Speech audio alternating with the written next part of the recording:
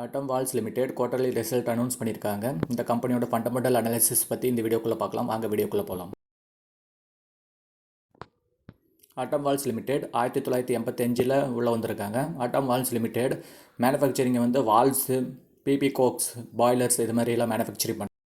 Market capital 212 கோடி, current price 201 ரூபா, 52 week high 270 ரூபா, லோ வந்து 136 ரூபா, stock PE 36.4, book value 29.4, ROCE 24.1%, ROE 20.8%, face value 10, dividend yield 0.74% கொடுக்குறாங்க. டெப்ட் ஆஃப் ஈக்விட்டி 0.41% இருக்குது. டெப்ட் வந்து 12 கோடி இருக்குது.